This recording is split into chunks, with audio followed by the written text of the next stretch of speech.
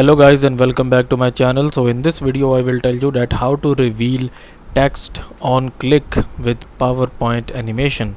So before starting this video, make sure to like this video and subscribe to my YouTube channel for more tips and tricks like this one. So let's suppose that if you want to basically start a slide, and when you click you want text to appear that time. So how you can do this? First of all, we will add a text here. Okay, so I will just add a text here like this one, hello. Then I will select this text and I will go into this animations tab, and here you can see that we have this bunch of different kind of animations. So I will use fade in animation, so I will just click on this one, and now fade in animation has applied on this. And make sure that here you can see that start on click. So on click means that when we click on this slide, then this animation will slide, and then our text will fade in.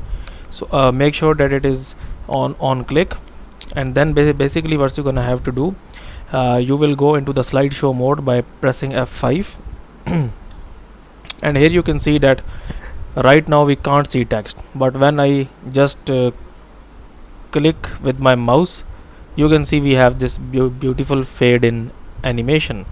So that's it for this video guys. If you find it useful, kindly like this video and subscribe to my channel, and I will meet you in the next video.